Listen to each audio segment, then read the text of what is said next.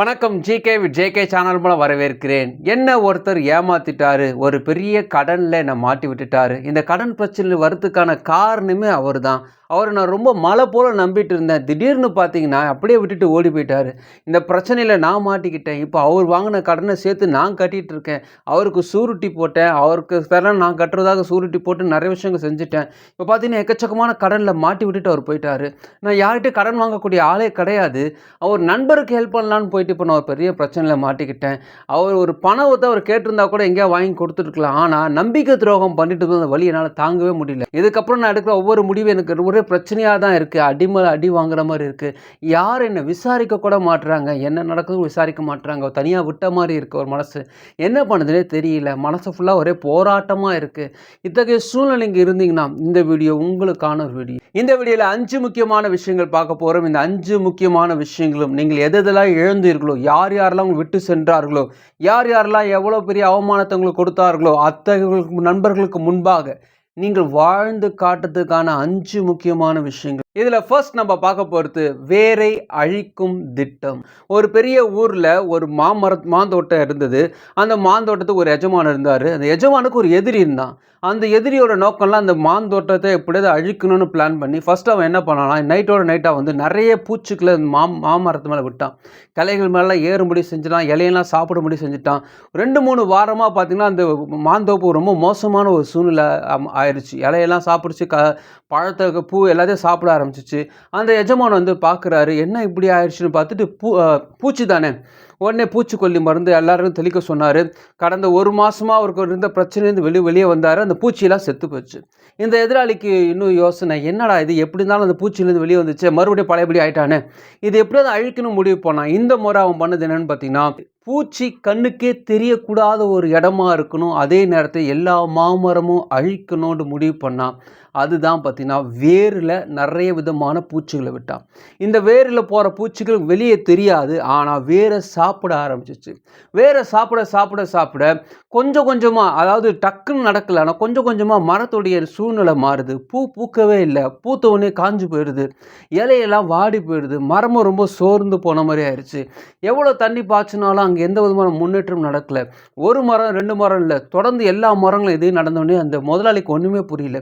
கண்ணுக்கு தெரிஞ்ச பூச்சியை நான் கொள்ளலாம், ஆனால் கண்ணுக்கு தெரியாத ஒரு பூச்சி எங்கே போச்சுன்னு தெரியலையே, எப்படி என் மரத்துக்கு இவ்வளோ பிரச்சனைகள் வந்தது, எப்படி இந்த பண்ணைக்கு இப்படி வந்தது, ஒரு சோர்ந்து போய் உட்காந்துட்டார். இந்த கதையில் வரக்கூடிய கண்ணுக்கு தெரியாத பூச்சிகள் போல தான் நம்முடைய வாழ்க்கையில் நிறைய கண்ணுக்கு தெரியாத பூச்சிகள் இருக்கிறது. நமக்கு தெரிஞ்சு இந்த கடன் பிரச்சனை இந்த பணத்தினால வந்திருக்கு, இந்த மனுஷனால் வந்திருக்கு, இவங்க துரோகம் பண்ணிட்டாங்க, இந்த பிரச்சனையால் வந்துச்சு, ஒரு செலவால் வந்துருச்சு, நம்ம ஒரு கண்ணுக்கு தெரிஞ்சு இதெல்லாம் தெரியும்.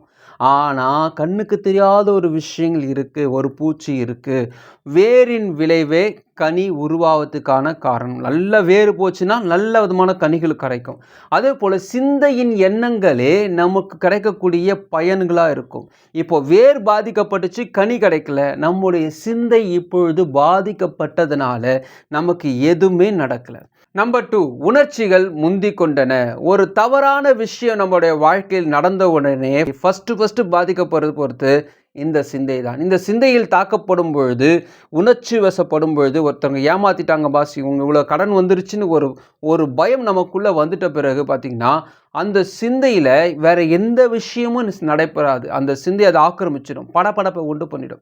படப்படப்பா நாளைக்கே கட்டணும், நாளைக்கே இந்த பணத்தை கொடுத்தணுன்னு அந்த எண்ணங்கள் பார்த்திங்கன்னா படப்படப்பாகவே நம்ம வைத்து கொண்டு இருக்கும். நம்முடைய சிந்தை எந்த விஷயத்தையும் வேலை செய்யாது. அடுத்தது இன்னொரு தப்பிக்கணும், எப்படியாவது இதுக்கு சொல்யூஷன் கண்டுபிடிக்கணுன்ட்டு இந்த கடன் அடைக்க அந்த கடன் வாங்குவோம், அந்த கடன் அடைக்க வட்டிக்கு வாங்குவோம், வட்டிக்கு வாங்காமல் ஒரு பெரிய பிரச்சனையை மாட்டிப்போம். இது ஒன்றா ஒரு விஷயத்தில் நம்ம மனசை கலக்கிட்டு இருக்கிறது இந்த ஒருத்தகைய பூச்சிகள் தான். நம்பர் 3, பண வரவு என்கிற ஒரு மாபெரும் சக்தி. இத்தகைய சக்தியை வந்து பார்த்தீங்கன்னா சிலர் வந்து ஒரு வரமாக கருதுவாங்க. ஆனால் இந்த பணத்தை பற்றிய புரிதல் இல்லாதவங்க இதை பார்த்தோன்னே பயப்படுவாங்க. மாதம் ஒரு 25,000 ரூபா, 30,000 ரூபா, 40,000 ரூபா சம்பாதிக்கிறவிட்ட திடீர்னு ஒரு 1 கோடி ரூபா கையில் கொடுத்து செலவு பண்ணுப்பான்னு நம்ம கொடுத்தோம்னா மனசு பதற ஆரம்பிச்சிடும். அடுத்தது என்ன தோணுன்னு பார்த்தீங்கன்னா, இது நல்ல பணமா கெட்ட பணமா, பிளாக் மணியா, அல்லது இதுக்கு எப்படி டேக்ஸ் கட்டணுன்ட்டு அதை பற்றி எதிர்ப்பான சிந்தைகள் நம்ம டிவியில் பார்த்தது, சினிமாவில் பார்த்ததெல்லாம் மைண்டில் ஓடி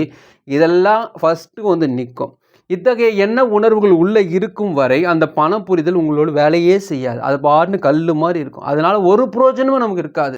அதாவது இது எனக்கு நடக்கவே நடக்காதுன்னு மனசில் எழுதி வைத்தபடி என் கடன் அடையவே அடையாது, நீங்கள் எவ்வளோ வீடியோ பார்த்தாலும் என்னுடைய கடன்லாம் அடையாது, எப்படி நடக்கும், அதுக்கு என்ன ரீசன் இருக்குது, என்கிட்ட படிப்பு இல்லையா, என்கிட்ட வேலை இல்லையன்ட்டு நிறைய விஷயங்கள் நம்ம போட்டு நடக்காதுன்ற ஒரு விஷயத்துக்கு நம்ம எவ்வளோ இம்பார்ட்டன்ஸ் கொடுக்குறோமோ அதே போல தான் இந்த பிரபஞ்சம் உங்களுக்காக காத்து கொண்டிருக்கிறது. இந்த பிரபஞ்சத்துடைய சக்திகள் எதை வச்சு உங்களை கால்குலேட் பண்ணுதுன்னா, இப்போ இருக்கக்கூடிய சூழ்நிலை வச்சு கால்குலேட் பண்ணல. இத்தகைய பெரிய உலகத்தில், இத்தகைய அண்ட சராசங்களில் அதில் ஒரு பூமியும் ஒரு கிரகம், அவ்வளோதான். பூமி போல் நிறைய பூமி இருக்குது. எவ்வளோ பெரிய இடங்களெல்லாம் உங்களை கடல் படைக்காமல் இந்த பூமியில் உங்களுக்கு படைக்க வச்சுருக்காரு. அதில் ஒரு சின்ன மேப்பில் நீங்கள் இருக்கிறீங்க. உங்களுக்குன்னு ஒரு கண், உங்களுக்கு காது, இவ்வளோ பெரிய உறுப்புகள் எல்லாம் கொடுத்து, உங்களுக்குன்னு ஒரு வாழ்க்கையும் கொடுத்து, உங்களுக்கான ஒரு அற்புதத்தையும் செய்கிறார். இவ்வளோ பெரிய ஒரு பெரிய பிரபஞ்சத்தில் ஒரு பெரிய சக்தியோட பேராற்றல் மிக்க ஒரு மனுஷனுக்கு விரும்புனா எப்படி நடக்காமல் இருக்கும்? ஏன்னா நீங்கள் மனுஷனால் உருவாக்கப்பட்டவர்கள் அல்ல, கடவுளால் உருவாக்கப்பட்டவர்கள். ஏன்னா கடவுளுடைய சாயலால் உருவாக்கப்பட்ட அனைவரும் கடவுளின் சக்தியை நாம் பெற முடியும், கடவுளுடைய விருப்பத்தை நிறைவேற்ற முடியும். நம்பர் 4, எதுவுமே உங்களை விட்டு போகவில்லை. ஒரு பெரிய ஷூ ஃபேக்ட்ரி ஓனர் என்ன பண்ணுறாரு, ஒரு நல்ல ஒரு அசிஸ்டன்ட் எனக்கு வேணும், நல்ல டெக்னிக்கலாக அந்த ஷூவை பற்றி தெரிஞ்ச ஒரு அசிஸ்டன்ட் வேணும்னு தேடிட்டு இருக்காரு. அப்படி தேடும்போது தெருவுலேயே நிறைய விதமான திறமைசாலிகளாக இருப்பாங்களே, அப்படி 2 பேரை தேர்ந்தெடுக்கிறாரு. சரி, ஃபஸ்ட்டு ஒருத்தனை பார்க்கலான்ட்டு அவங்ககிட்ட போகிறாரு. வெயிட் பண்ணுறாரு. ஏற்கனவே ஒரு 4-5 பேர் அந்த கிட்ட ஷூ கொடுத்ததுனால வெயிட் பண்ணுறாங்க. அந்த 5 பேருக்கு அப்புறமா தான் இவர் 6ஆவது ஆள் ஒரு ஷூவை கொடுக்கணும். ஒரு ஷூக்கும் 50 ரூபா அவர் கூலி வாங்குறாரு. வேலை செஞ்சுட்டே இருக்கிறார். ஆனால் சூப்பராக நேர்த்தியாக வேலை பார்க்குறாரு. இந்த ஓனர் பார்க்குறாரு, இவன் சூப்பராக வேலை பார்க்குறான், இவனுக்கு ஒரு டெஸ்ட்டு வைக்கிறமேன்ட்டு சொல்லிட்டு என்ன சொல்கிறாரு, என் ஷூக்கு பண்ணதுக்கு எவ்வளோ ஆகும் கேட்குறாரு. உங்களுக்கு 50 ரூபா தான் ஆகும், வரிசைக்கு தான் அப்புறமா தான் நீங்கள் கொடுக்கணும், நீங்கள் 6ஆவது ஆள் அங்கேயே வைங்கன்றாரு. அப்போ அவர் சொல்கிறாரு, நான் 50 ரூபாலாம் கொடுக்க போதில்லை, நான் உங்களுக்கு 500 ரூபா கொடுக்குறேன், நீங்கள் பண்ணுறீங்களா கேட்கும்போது, பண்ணுறேங்க, ஃபஸ்ட்டு கொடுங்கன்னு கேட்குறாரு. இல்லை இப்போ சொல்ல, இல்லை நீ 500 ரூபா வேணாப்பா, உனக்கு வந்து 5000 ரூபா தரேன் நானுக்குன்னொன்னே இவருக்கு இன்னும் உற்சாகமாயிடுச்சு. பரவாயில்லையே, இந்த மனுஷனுக்கு எதோ ஆயிடுச்சான்ட்டு 3ஆவது ஷூ செய்யும்போது இவருக்கு என்ன ஆகுனா, அந்த 5000 எங்கே நம்மளை விட்டு போயிட போகுது, சீக்கிரமாக முடிக்கணுன்றதுனால அந்த 3ஆவது ஷூவை கடன்னு பண்ணிட்டு கொடுத்துட்டாரு. 4ஆவது ஷூவை அவசரமாக பண்ணி கொடுக்குறாரு. 5ஆவது ஷூவை அரையும் குறையுமா பண்ணி இவ்வளோ தான் முடியும் சொல்லி கொடுத்து முடிச்சுட்டார். முடிச்சுட்டு இவரோட ஷூவை வாங்குறாரு, வாங்கி தைச்சு முடிக்கிறார். இவர்கிட்ட 5000 ரூபா கொடுத்துட்டு அவர் போயிட்டார். இன்னொரு ஆளுகிட்ட போகிறாரு. இன்னொரு ஆள்கிட்ட போகும்போது அவனும் இதே போல் ஒரு 5 பேர் வச்சு தான் பண்ணிகிட்ருக்கான். அவர்கிட்ட போகிறாரு, 500 ரூபா நான் என் ஷூ தைச்சி கொடுத்தேன், 500 ரூபா. இதே போல் உட்கார்றாரு. அவன் ப்ராப்பராக பண்ணிகிட்டே இருக்கிறான். அதே போல் 3 ஷூ துவைச்ச பிறகு பார்த்தீங்கன்னா, உனக்கு 5000 ரூபா தரேங்க, எனக்கு வந்து பண்ணி கொடுன்னு சொல்கிறாரு. நீங்கள் 500 ரூபா கொடுத்தாலும் சரி, 5000 ரூபா கொடுத்தாலும் சரி, 6ஆவது ஆளுக்கு அப்புறமா தான் நீங்கள் பண்ணணும், கொஞ்சம் வெயிட் பண்ணுங்கள், எனக்கு வர வேண்டிய பணம் எப்படி இருந்தாலும் வரும், நீங்கள் கொடுக்கறதுனால வராதுன்ட்டு அவன் வேலையை நேர்த்தியாக செஞ்சு அந்த 50 ரூபா வேலையை கூட நேர்த்தியாக செஞ்சு கொடுத்தான். அந்த ஓனரால் தேர்ந்தெடுக்கப்பட்ட 2வது தொழிலாளியுடைய எண்ணம் ஒரே ஒரு விஷயந்தான், என்னை நோக்கி பணம் வருமே தவிர நான் அதை தேடி ஓடி போக வேண்டியதில்லை, எனக்கு வர வேண்டியதை யாராலும் தடுத்து நிறுத்த முடியாது, நான் அதை இப்படி ஓட தேவையில்லை, என்னுடைய எண்ணங்கள் அதை ஈர்த்து கொண்டு வரும், என்னுடைய சிந்தைகள் அதை ஈர்த்து கொண்டு வரும். இப்போ பூச்சி கடிச்ச மாதிரி உங்கள் சூழ்நிலையில் இருக்கலாம், ஆனாலும் உங்கள் வேறு புதிதாகப்பட்டிருக்கிறது, உங்களுக்கான ஆசீர்வாதம் தேடி வரும். நீ அதை பற்றியும் கவலைப்பட அவசியமே கிடையாது.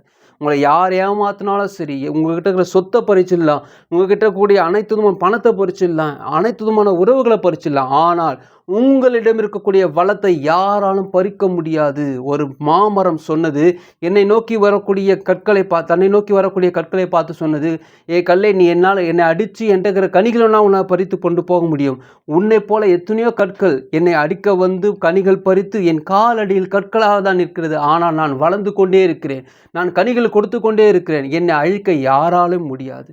இத்தகைய உணர்வு நம்முடைய சிந்தையில் இருக்க வேண்டும். நம்முடைய சிந்தையில் தாக்கப்படாதபடிக்கு நம்முடைய சிந்தையில் ஒரே ஒரு விஷயம், நான் தேவனால் ஆஸ்வதிக்கப்பட்டவன், நான் கடவுளால் ஆஸ்வதிக்கப்பட்டவன், எனக்கு வர வேண்டிய ஆசீர்வாதத்தை யாராலும் தடுத்து நிறுத்த முடியாது என்ற கூடிய ஒரு உணர்வு இருந்தால் மட்டுமே இத்தகைய பிரபஞ்சத்தில் உங்களுக்கான விஷயத்தை நீங்கள் அடைய முடியும். நான் கடவுளால் ஆஸ்வதிக்கப்பட்டவன், இந்த பிரபஞ்சத்தின் சக்திகளை ஈர்த்து கொள்ளக்கூடிய சிந்தை என்னிடம் இருக்கிறது, அத்தகைய சக்தி என்னிடம் மறுபடியும் வரும், எதெல்லாம் இழந்து போனால் அதை விட பெரிய லெவலின் வாழ்க்கை வரும்ன்றது நீங்கள் சிந்திக்க வேண்டும். உங்கள் சிந்தையை தெளிவாக்குங்கள், சோர்ந்து போகாதீங்க. நம்மளை அடிக்கிறதுக்கு நிறைய கற்கள் வரலாம், ஆனால் அத்தகைய கற்கள் எல்லாம் தரையில் தான் இருக்கும். தரையில் இருக்கிற கற்களை பற்றி யோசிக்காதீங்க. நீங்கள் கனி தந்து கொண்டே இருங்கள். நீங்கள் வாழ்ந்து வளரக்கூடிய மரம், ஓங்கி உயரக்கூடிய மரமே தவிர கற்களுக்கெல்லாம் பதில் சொல்ல வேண்டிய அவசியமே கிடையாது. உங்கள் வாழ்க்கை சிறப்பாக இருக்க போகுது. சோர்ந்து போகாதீங்க. கடவுள் உங்களுக்காக நிறைய விஷயங்கள் செய்து கொண்டிருக்கிறார். உங்கள் வாழ்க்கையில் பெரிய மாற்றங்கள் நடக்க போகுது. இந்த வீடியோ உங்களுக்கு போதுமான நினைக்கிறவங்க ஃப்ரெண்ட்ஸோட ஷேர் பண்ணுங்க. போதுமாக்க மட்டும் பார்க்கலாம். வணக்கம்.